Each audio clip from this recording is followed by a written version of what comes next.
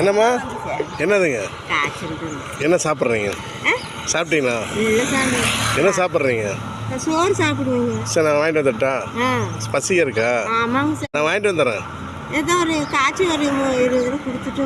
வாங்கிட்டு வந்துடுங்க சரி எங்கள் ஹோட்டல் எங்கே இருக்குது இங்கே இருக்குது கீழே இருக்குதுங்க அப்படியா உங்கள் பேர் என்ன என் பேர் வீரம்மா வீடு எங்கே இருக்குங்க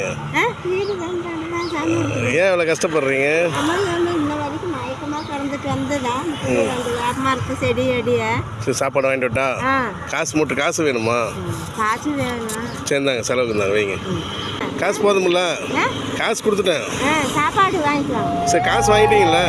போதுமில்ல காசு சாப்பாடு வேணுமா சாப்பாடு வாங்கிட்டு விட்டா தோசை ஆம்லேட்டு சரிங்க 2 ஆம்லேட்டு 2 தோசை 3 தோசை இருக்கு போதுமா சரி அப்படியே சாப்பிடுங்க இடம் இருக்கு சரி